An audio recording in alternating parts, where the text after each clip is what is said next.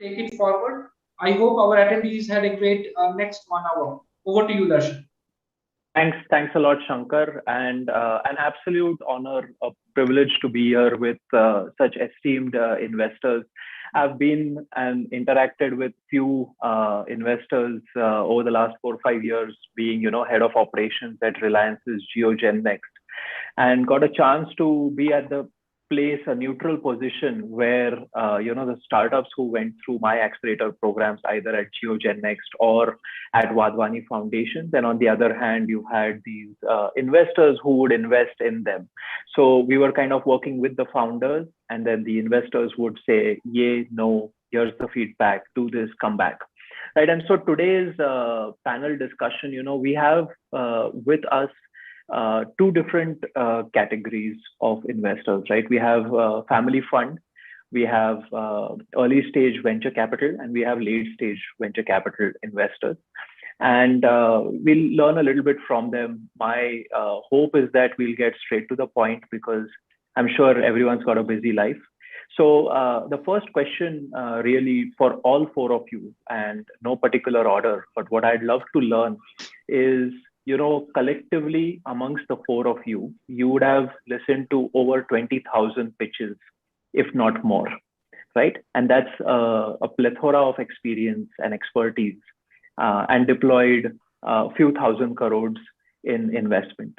So maybe the first question really should be, what are the top two mistakes that you see people when they come to you for fundraising? It may be about the pitch. It could be about what stage they are coming in.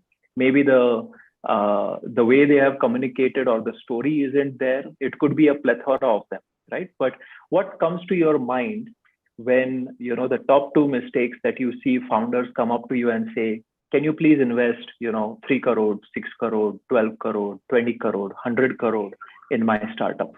So maybe I'll first request Sanjay to share his thoughts, and then I'll invite the other panelists as well.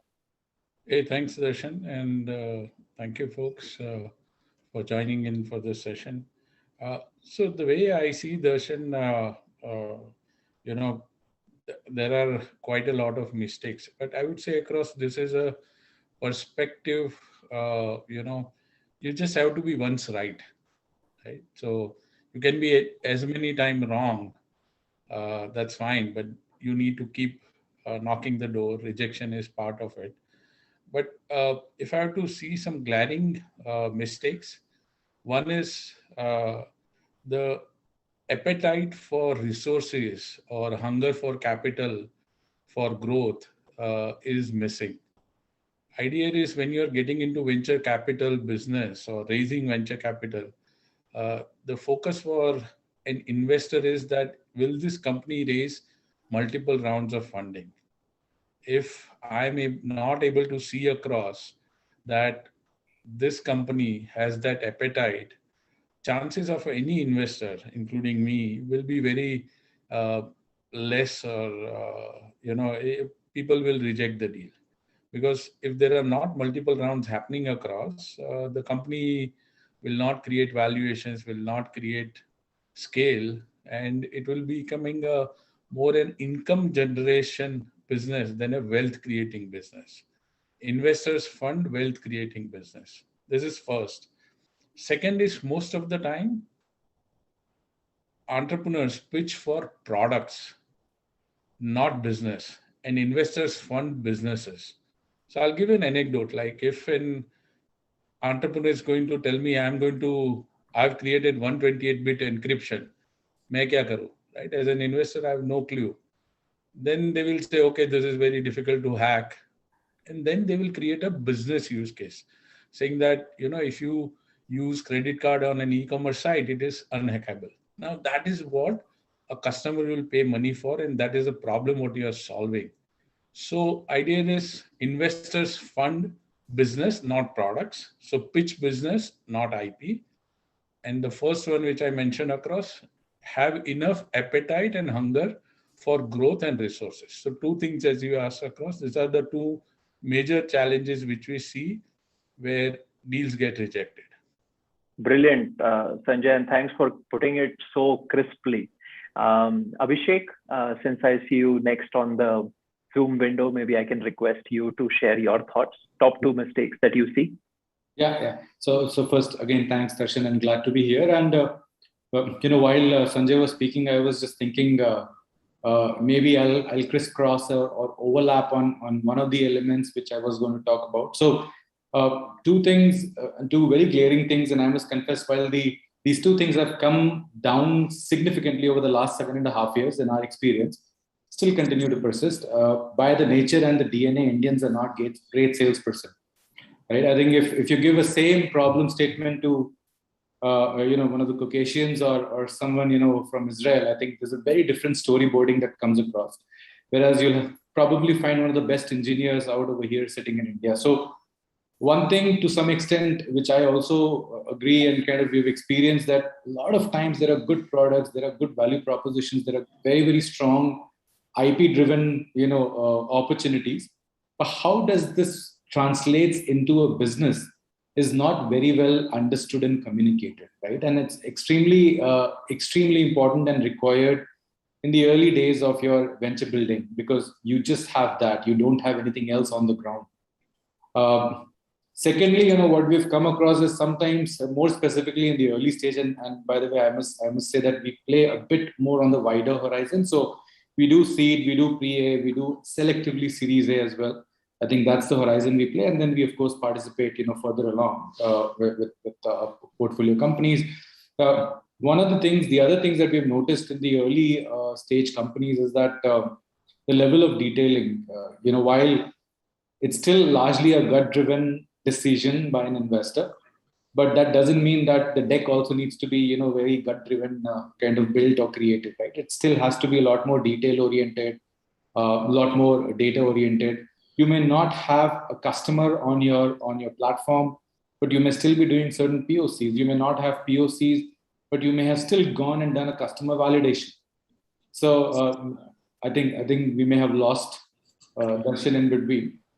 So I think that's the second element, which is in terms of what's the level of detailing depending on your stage you're able to bring out, right, to the fore. Because one thing they need to understand is the person on the other side of the table is pretty much might have seen or heard about those industries and sectors, subsectors, opportunities, but it's still not the person on the ground. So you need to educate him or her, right? And I think that's extremely, extremely critical from our perspective. So even going to the competition level, I think one of the highly underplayed things is the competition.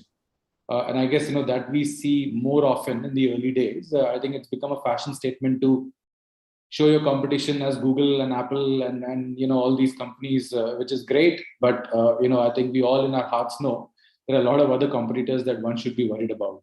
So, these are the two fundamental things. And maybe I'll take a quasi, Darshan's role, and I'll request Apurva to go next while he joins back in. Apurva. Yeah, thank you. By the way, so we have to self-moderate now. So my view on this, some of points, of course, Sanjay and you covered already. One of the things which we look at these companies, because early stage, team becomes very important factor. So whether they have a very strong second line team or not, that matters a lot, because end of the day, the entire business depends upon the execution team. Founders may have excellent track record or maybe excellent profile of the past or credibility, etc. But end of the day, it is the second level team which decides whether the product which they are building is great, is going to get executed, is going to get the business or not. So second line team matters to me a lot, right? So we definitely interact with their second line team, and that's where and if they do not have, then what is their focus on building that and how they're building that. And we also help them as an accelerator, 9 Unicorn Fund and incubator. We also help them building a great team. So that is our one of the key evaluation criteria. While interacting with some of the unicorns in our portfolio in the past, they have always advised us, to have this factor very much taken care of. Third part is the exposure to the VC world.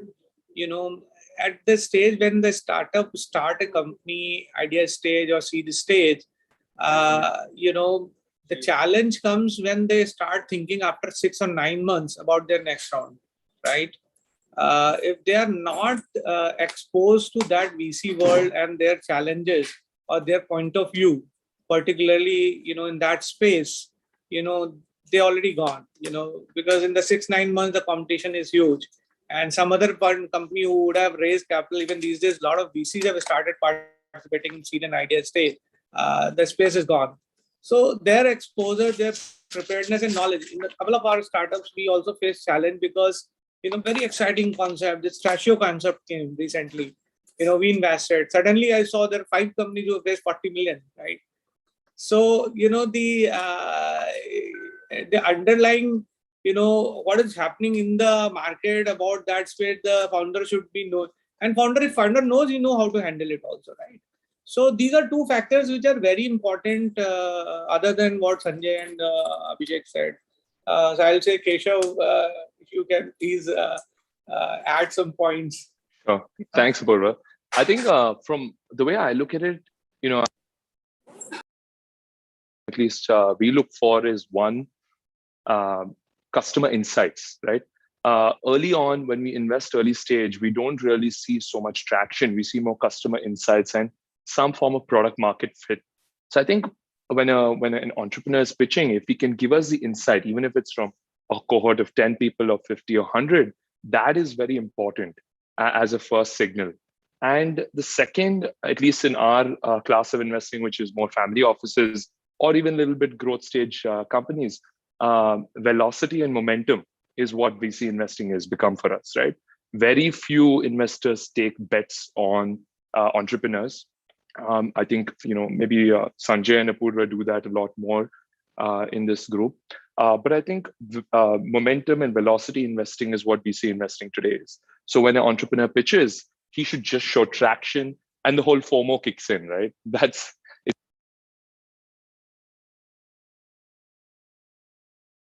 Focus on customer insights and product market fit and show that you have a pathway to a large velocity or momentum. What Sanjay said, because you need to you invest for multi sort of generational or large returns as VC investors. So I would say these are the 2 from our angle. Welcome back, Darshan. Hey, thanks. Sorry, I just had a power cut over here. So I probably missed it, but I see that the top 2 mistakes have been shared. Now, my next, round of questions is Sanjay and Dr. Apurva. Both of you are primarily operating in the early stage, the first check, maybe the second check, and you're investing in volumes, right? Hundreds of startups over the last couple of years. I hear Dr. Apurva Ranjan Sharma doing 100 plus this year as well, right? So in the early stage, there's not a lot of traction, like Keshav mentioned. There's not a lot of traction. There's not revenue. There's probably the team is formed, not formed. It's only maybe an idea, a product ready stage. So how do you judge? How do you build conviction in the founders to say, okay, this is someone who I think has a long-term vision, does not have the 2 mistakes that you mentioned earlier, and years, I'm willing to back you to go the whole distance in this. So maybe what are the top 2 or 3 criteria that come to your mind when what you're looking for when you are looking to fund these founders? Sanjay भाई आप पहले लेंगे? Go ahead. नहीं आप बोला क्या? Sure. So idea here is, Darshan, for us, we invest on hope, right? There's no performance, there's no metrics, कोई traction नहीं है. वो hope देखते हैं. If the pitch generates that hope, we will go ahead and invest. We do pre-revenue, idea stage. So everything is based on hope. Secondly, when we are investing, the hope is, so first is getting that conviction, right? कि ये बड़ा बन सकता है, this is a scalable business. Then comes across consensus, right, within the team. So first we have a conviction, then all of us partners have a consensus process where if one of us have a conviction, we have to convince the other guys and try to build a consensus thesis on it. Once we have that story aligned, we then back it by data, which is from the market. So a lot of work happens while, a lot of media is written about saying that, pehla meeting kiya, humne check de diya, term sheet likh liya, and all those things. But there is a lot of back-end work which is done across on crunching the data on the market side. And what is the opportunity? What's the competition?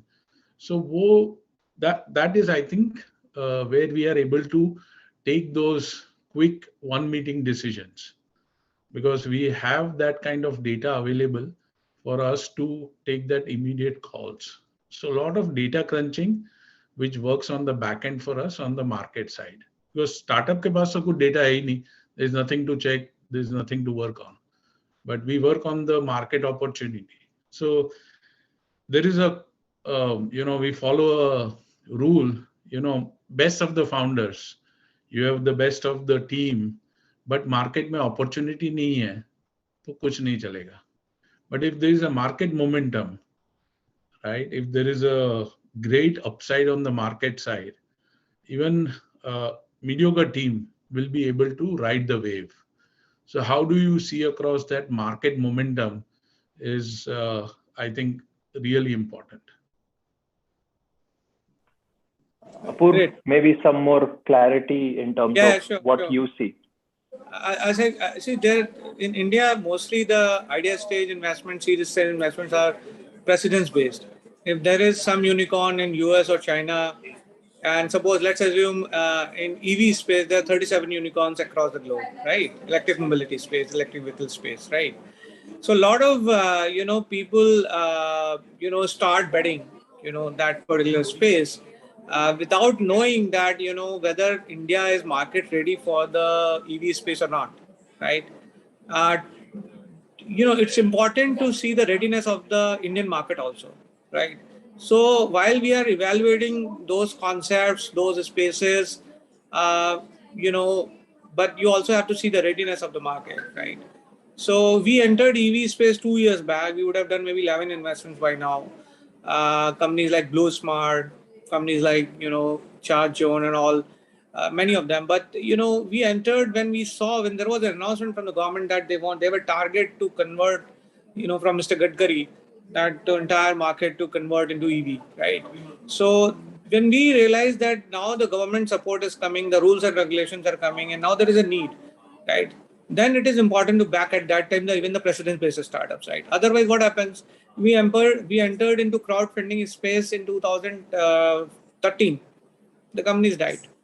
But when I entered into crowdfunding space in 2017, companies like Impact Group came, and now they are very one of the largest medical crowdfunding company, right? There was a need, right? So important to understand when the market is ready, right? For that particular space, because most of the 60-70% investments in the idea seed stage are precedence based. When you look at the other trends in the other markets, and especially the US and China. Other thing is now there are spaces which are only India focused, right? Which are India specific problems, right? Where you have to see especially the founders. We see a founder of a company as a startup founder, they have to be magnet, right? If there's some really good people joining him in their journey or committed to join in their journey, chances are that he's creating something good, right? And of course, the market size should not only be large, but at the same time, it should be sustainable large market, right? At least for 5 to 7 years, right? So that is the factors which you look at, when you are investing in idea stage. Idea stage investing is much more challenging and difficult because you don't have numbers, right? At that stage, particularly, and Sanjay Bhai is entering much more earlier, right? At that stage, really requires a lot of time and efforts with the founding team, and also, the analysis of the sector and readiness of the market, right? There are other factors, of course, we can keep talking, but reality is these are major factors. If these three things are aligned, then we at least make up our mind, right? That's right. Yeah. Thank you, Apurv. Abhishek, at India, you're doing both seed and Series A, right? So you go a little bit across from early stage to where there is some traction to be seen and some growth, some users coming in, business, the team being formed.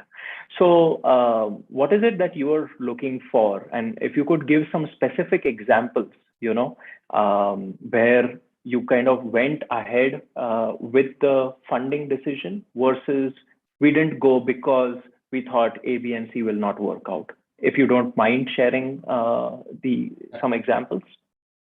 Yeah, so I think, again, to set the context, Darshan, like I said, I mean, we have a slightly wider horizon, but even within that horizon, I would say at least in 70-75% of the companies, we are the first round investors, be it institution or angel or anything.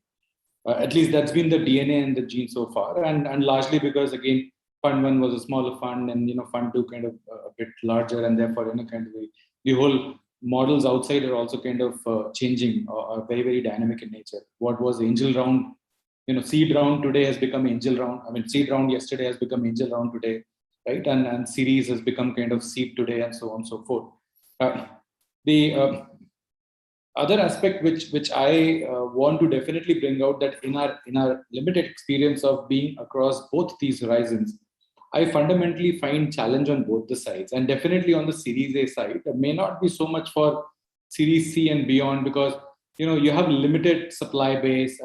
The other players, you have their numbers, you have the lot more broader story.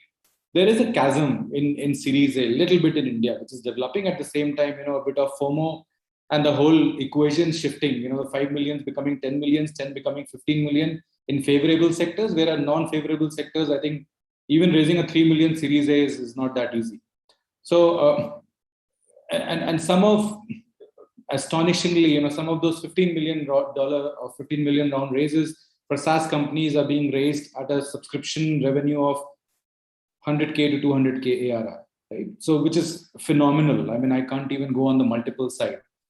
So it's tricky. Whereas on the early stage side, like Apurva and to some extent Sanjay also alluded, there is a lack of data.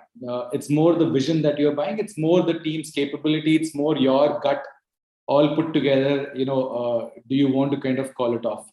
I must confess, though, raising your hand and saying that we have missed out on the seed deal is slightly easier than saying we missed out on the Series A deal, because Series A, by the nature of it, should have given you some more traction and data. Unfortunately, in today's time, that traction and data that we get to see in typical Series A are still not very repeatable or predictable in nature, right? So it kind of creates a bit of that confusion. But having said that, there is no denying that there is data at hand.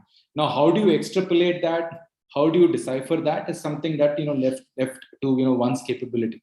Now, coming back to the other aspect which you talked about, I think. Again, I mean, we were seed investors in a company called Darwinbox. We were the first investors in Darwinbox, and I think they've gone through their own, life cycle. They had practically zero customers when we had invested. 3 guys building an HRMS stack, which, in all humility and I must say honesty, was least of the sexiest stacks to think of, right, at that point in time. It was just a conviction. It was just a bit of, I would say, dryness in that sector for a long period of time. No innovation had happened. We all talked about SMAC, but nothing kind of moved, at least in these part of the geographies: India, Southeast Asia, Asia Pac, Middle East, etc.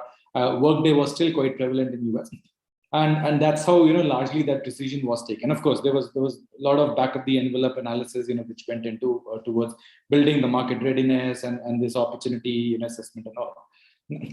Whereas, in certain cases, in for instance, one of the Series A side as well, despite seeing a lot of numbers, etc., I think it just, and this is more on the consumer side, one of the companies, on the consumer sides that we were evaluating, again, without taking the names, because, the deal didn't go through.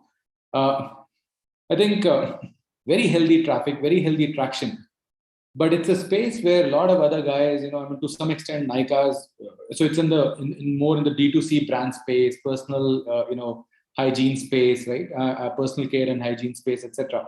They had their own moat, but I think still, you were caught in the chasm that, this is good data, but then the other guys have gone so much ahead. What is the moat over here? Despite having the numbers, some of the markets are deep enough for you to show the early momentum, but maybe after 100 crores in revenue, that's when the threshold hits. And therefore, for you to kind of get that confidence that, is there a differentiation enough for them to take 100 crores to 1,000 crores and then 1,000 to 10,000 crores, right? I think that's something which was missing. And the reason why I wanted to give this experience, share this experience is because Series A was the one that we rejected. And Seed was the one that we kind of, accepted and went along despite some of these, elements out over there, right? While still personal care and hygiene remains the flavor of the season, even more after Nykaa's listing and Mamaearth's and so on and so forth. So I think that's in our limited experience. Oh, brilliant, Abhishek. These examples help a lot because it puts some color to, the white canvas as to what we are talking, right? Now, Keshav, a family fund, I am fortunate to have been with a few family funds and see them operate in the VC space. And one thing or two things that kind of stick out to me is family funds get the benefit of time and flexibility over the fund managers or who might be running venture capital funds, right? Private equity funds. They have a time and there's certain time in which they have to deploy the capital and then harvest it. Whereas in a family managed fund, you can take your time. You don't necessarily have to take a decision today, tomorrow. You can wait. You can change based on what Abhishek mentioned, the flavor of the season as well. So based on this, how has your decision making changed or evolved when you look at deals come to you over the maybe last 24, 36 month period? It's a great question. And I think you're absolutely right. We have the ability of time and flexibility. I think just for all the attendees, how we are structured as a family office is we invest the same number of companies, around 8 companies a year for 10 years. And the check size keeps changing, but we invest every single year. And there's no kind of invest, reap, and exit sort of a cycle. So that really helps because we have the option to invest and the capital to invest, but we can defer if we don't need to. And that's really helped us in multiple phases of our journey. In an early journey, we were like a rocket internet structured fund. We kind of pivoted out of that to be a co-investor with grade A funds. And that's the one which we do today. And for example, in last year, when COVID happened, we actually decided not to invest in tech. We invested the entire amount in public equities because that gave us the same alpha as we are doing in tech. So we look for alpha in different places at different points of time. And as a family, as structure, we have followed a very different model where we only invest with grade A funds. We are huge believers of when SoftBank invested in Alibaba or Naspers invested in Tencent, it took 18 to 20 years to reap and go IPO. So our entry points are seed, Series A, Series B, but we stay until the entrepreneur exits. That's the rule of thumb. And that's done really well for us, right? When we were first investors in Upstocks with Kalari led the round and we invested in Upstocks. They were valued at $15 million, 35th largest broker in India, small office in BKC. And contrary to all the jokes, it was a one meeting check from our side because we believed in Vani's ability to get the best deal. And that was in 2015. And when Tiger came in, we did pro rata. In the next round, we did pro rata. Until today, I'm not exited in that company because we feel that is going to be a phenomenal company. Now they're number 2 in all brokerages in India, and that's going to be valued at over $3 billion. That company is going to be, my guess, 3 to 4 times that. With the surge of brokerage accounts and the growth. So we kind of bet on the people, the space, some advantage, and hold long, and that actually gives us phenomenal returns and the flexibility, right? I don't mind holding Upstocks for another 10 years or 15 years. I think that's the real value And in terms of valuation, we're very flexible. We are, like I said, we are momentum investors or kind of velocity investors. When there's good growth in certain spaces, we follow and we actually hold long. So I think that's the true benefit. And our public market portfolio is doing as well as our private market portfolio. So. Brilliant. Thanks, Keshav. That example also helps bring a little bit more perspective. Now, I have a question for all of you, and I'm going to again be switched off for a few minutes and come back because I'm going to switch on the other Wi-Fi. Before I ask the question, all our audience members, please put in your questions in the Q&A box, and I'll bring them to our panelists over here. So if you can be more as specific as you can be about the question, the better it is for a panelist to answer, right? Now, my question to all of you, with increased liquidity in the market, the stimulus, the currency being, printed in the US, we've seen the public markets enjoy that, right? The stock market, but that has also had a landslide effect on VC/PE industry as well. And we are seeing a lot of funds being, growing as well. And a lot of that money is going to go into startups. What is happening, or what I am noticing, is that there is a big conversation to be had around valuations. And Abhishek touched this upon a little bit on SaaS, the ARR versus the valuation that was being paid.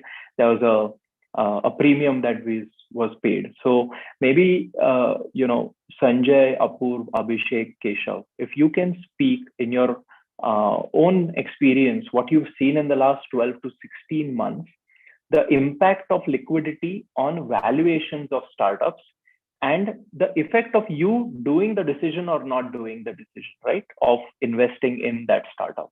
So the more specific you are, that would be great. I'm just going to be back in a minute. I'm going to switch my Wi-Fi and I'll be back. But if you could just answer that, I'd really appreciate it.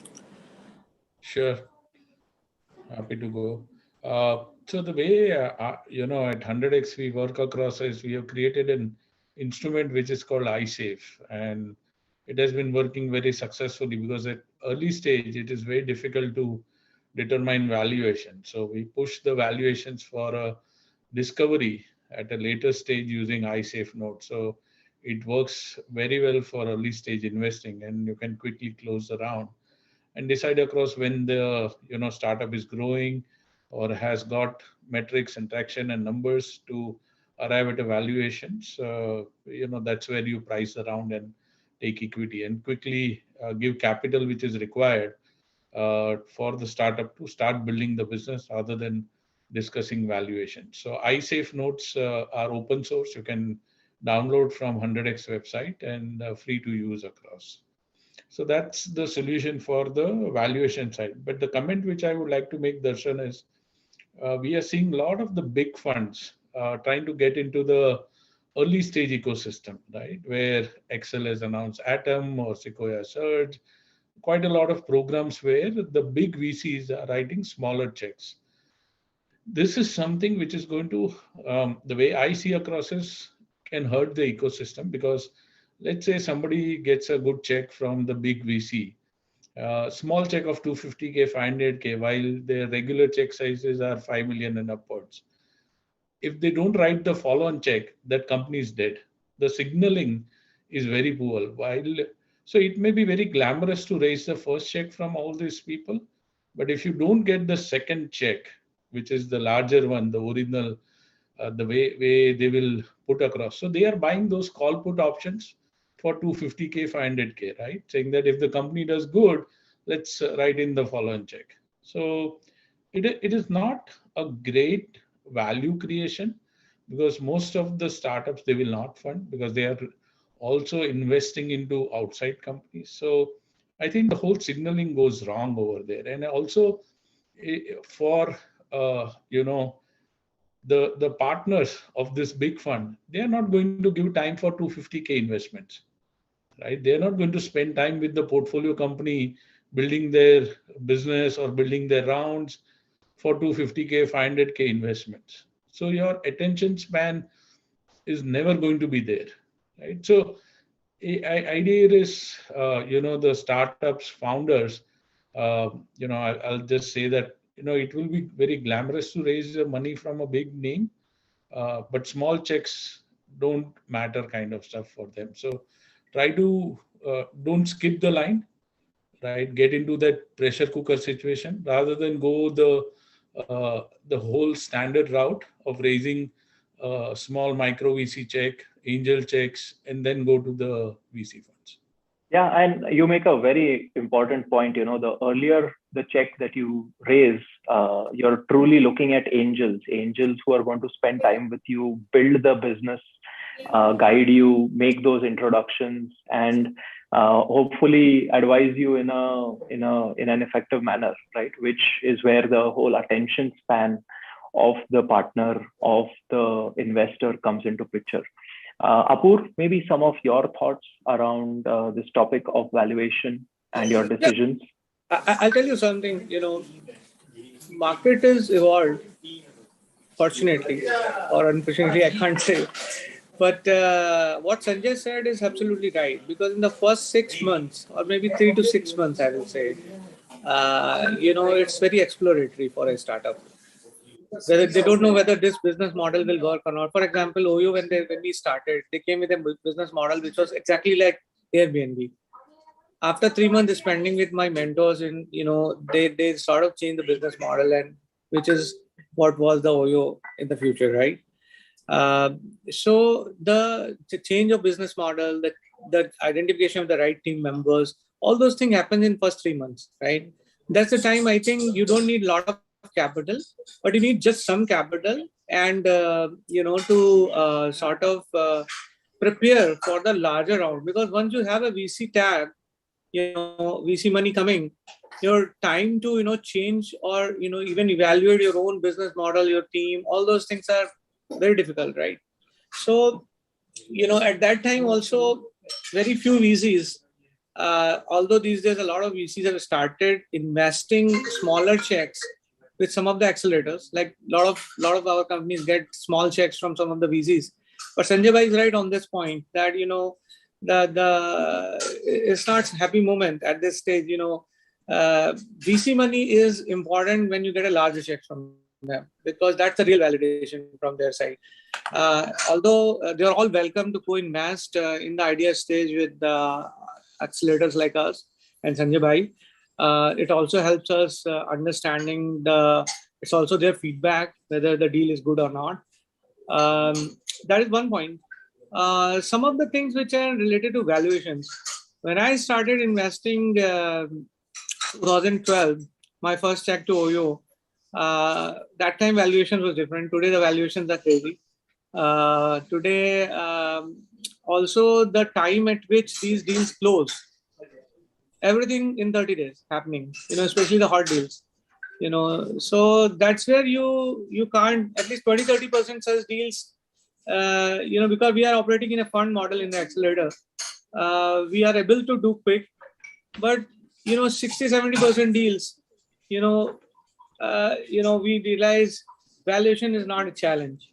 But 20-30% deals which are coming from some serial entrepreneurs, particularly, and they are raising capital, the valuation shoots in a week's time, right? And if you want to participate, keep your checks ready, right, for the valuation which they decide. But this is only 20-30%. Rest all 70-80% is still, the guys who takes time, they are preparing for YC or they are preparing for the larger rounds, So valuation not a challenge still. So, but yes, some of the deals it is you have to be flexible, right? That's what I can say. Thanks, Apur. Abhishek, over to you. In case you want me example, then say for example, BharatPe came to us. It was just for a week. Everything closed. If we would have not entered at the right valuation at that time, probably would have lost the deal.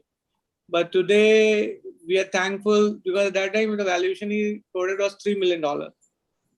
And we entered at the right time and very quickly. So there are some deals where you have to be flexible. But at the same time, I totally agree with what Sanjay Bhai is saying. bizarre angel startups should spend time on their own business to prepare for the big journey which they're targeting? Thanks, Apu. Abhishek?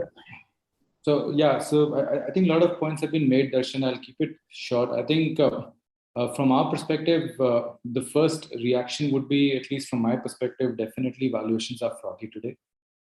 Certain sectors, I would not generalize that statement, but certain sectors are commanding a lot more premium. A portion of it for the right reasons, a portion of it for the hype reasons. And my belief is, fundamental belief is, like any other industry, it'll stabilize after a certain point in time. Either it will crash or stabilize, right? But I think things have matured enough, to stabilize gradually. And why not such sectors ask for premium? Because you have examples, when you have examples around you like Freshworks, etc., who in SaaS gone and done the listing. Obviously, people will have a very different lens to start looking at SaaS as a sector, right? And it's not just happened through Freshworks, but even before that, of course, SaaS was under a momentum. Can it go to the extent where you can start commanding 100, 200x as a multiple? I have my own doubts and I have my own concerns over there. But at the same time, if you wear an investor hat, while that's a philosophical hat, if you wear an investor hat, as long as I make, my 20x or my 10x at my entry valuation, and I have that visibility and I have that commitment, why not? Right? And that's the flexibility which I think everyone needs to adjust to, depending on the sectors, depending on their choices, etc., etc. Likewise, if you look at the Nykaas, etc. Similarly, on the contrary, I think real IP is still not valued well in this country. Largely, reason being that all these things, if you look at it, unless and until you have gone and completed one cycle or circle of returning back the capital, multiplied by X to your investors, that conviction doesn't build. In US, you had the Googles and the Ciscos and the Qualcomms of the world to pay multiples, or Apple, who paid $800 million for Siri, which was a zero revenue company, largely because of the IP, right? That kind of upstream, I would say, conviction, largely because most of the scaled companies in this country are services driven, has been fairly limited. Has it changed over the last 5 years? It has dramatically changed, no doubt. But I think there's a lot of scope of improvement. IP driven still are not valued to the extent what they would command, let's say, from a global investors, right? And of course, with all the right theatrics around it and the story and the vision around it. So I would say it's we get to see both sides. The flavors kind of command the premium. Some of the underplayed are a little bit lower than the what they should ideally get from the markets. And that course correction and up and down will always keep happening, depending on the favorable sectors and depending on how much successful examples can you build in those sectors. And for us, like any other investors, if you have to be relevant in the game, you have to be smart enough to make calls and decisions and be flexible as and when required. Right? So I think. Brilliant. Thanks for that, Abhishek. Keshav, over to you. Global valuations are crazy. I mean, there's no other way to put it. Obviously, entry-exit multiples have changed significantly, right? Now you have 3 or 4 technology companies valued at over $1 trillion. I don't think most of us would have ever imagined that that's even possible a few years ago. So since the exit price has changed, gone up 5 to 10 times, entry prices also have changed. And that's compounded with a supply-demand crunch. So valuations obviously have, but then again, growth stage VCs only price. They don't value companies, they price rounds based on the previous rounds. And then valuation is obviously deduced. So it makes sense logically. Entry exit sort of multiples are the same, but there's more capital coming in. So that's kind of making valuations go a little crazy. I think Darshan, you dropped off, but basically, I think I do agree they've gone off the roof, and but then you have multiple trillion-dollar companies in tech, so that kind of justifies higher entry prices for a lot of growth stage funds. But yeah, it's exciting to see how that's going to ramp up, and a course correction is required in certain segments for sure. All right. So I have a few questions that have come up. Thanks a lot, all of you. Some of you have asked for mentors. Some of you have asked for co-founders, and I'm sure T-Hub with its awesome infrastructure and programs, Shankar will be able to help you out with that. So Shankar, I invite you to just reply on the messages and share some links for audience members who are looking for mentors, for co-founders, for investors, for certain particular thing. For Sanjay, Abhishek, Apurv, and Keshav, if you're looking for specifically for them to reach out to them for investment, I think the best way would be for you to reach out to Shankar, and Shankar will pass it on to the relevant investor. And feel free to share any of your links in the chat box if you don't mind. Thanks, Sanjay. That was very quick for you to share. That's going to revolutionize the first check in India for sure. Now, the interesting part, right? There is a space tech startup founder in the audience. We have someone who's operating in the fintech space in AI, using AI. We have someone who's operating in the social media app platform, wants to create that, right?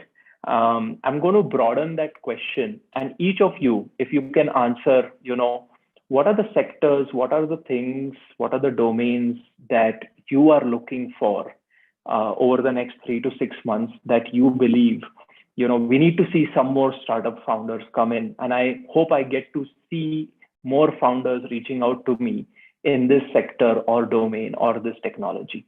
So, maybe take a few minutes, a minute each, all of you, and if you can just share either reaction to space tech, fintech, etc., or your own domains or sectors that you would like startup founders to reach out to you for. In the same order, if you don't mind, Sanjay, maybe you go first. Sure, thanks, Darshan. So quickly in a minute, we are a sector agnostic fund. So for us, all sectors are welcome kind of stuff. But the way we look upon any of the idea is, if it's a moonshot idea or something which educates us in the pitch meet, when you are sending us, it's something new, which is disruptive and educates us. That's what excites us, right? If I can see a future with an entrepreneur saying that this is how the world will be, and this is how they are changing the world. This is what they are changing the landscape. They are building something which is category defining. That's where we would like to engage and get excited across. So we are sector agnostic. We invest in every possible sector. So I've written down my email ID is pitch@100x.vc, pitch@100x.vc. Write to us, happy to look at. We evaluate every deal sent to us and reply back. Thanks. Brilliant. Thanks, Sanjay. That was quick fire. I also see some of the audience members putting in their own startup ideas. Feel free to do that, right? We are all gathered here in any case, so we might as well make the best use of our time. It may be directed towards the investors. It could be directed towards Shankar. It could be, just a shout out to all the other people.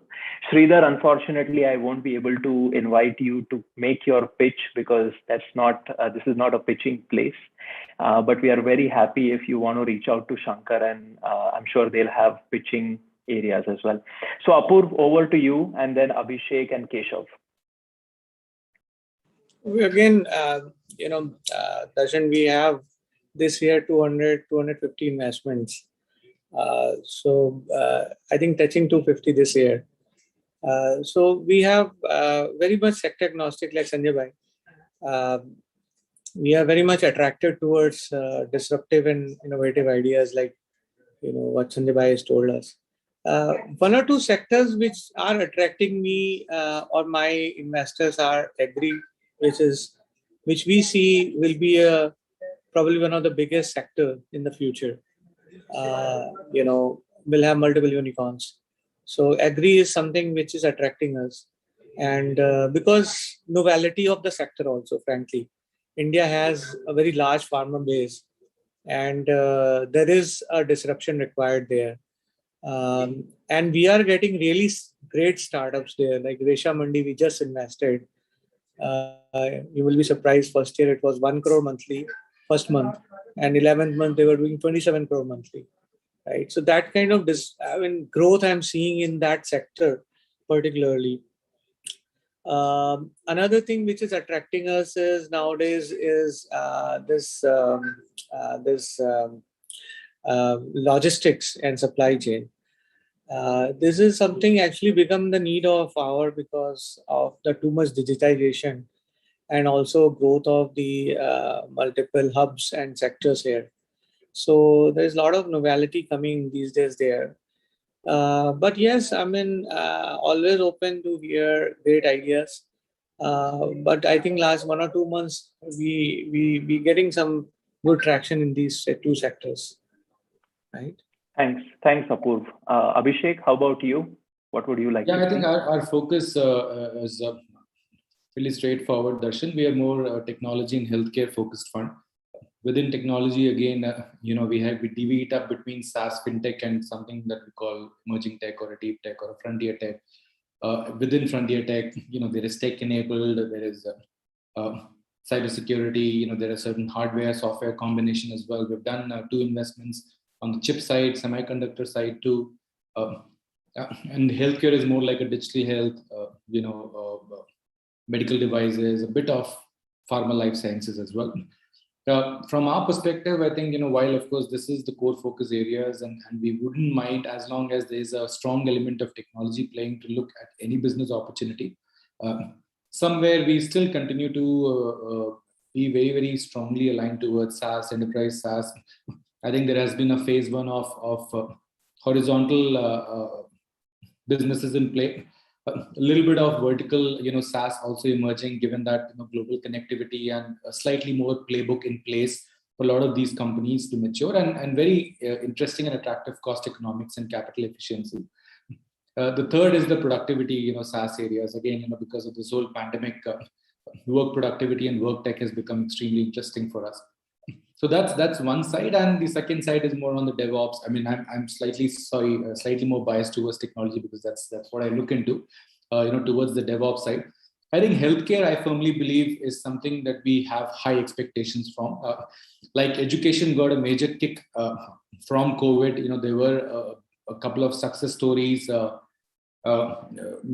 least from a life cycle perspective. And there are a lot of other companies which seem to be heading in the right direction, at least from whatever we read. Likewise, I think healthcare has a significant depth in the market, and I think we have high hopes. Hopefully, good unicorn should emerge from healthcare as well. Brilliant. Thanks for that, Abhishek. Keshav, over to you. Thanks, Darshan. I think we optimize for good founders, not for spaces. So that would be the way we look at it. We've done stuff from NFT to agri to fintech to identity tech and stuff like that. So I think agnostic in general.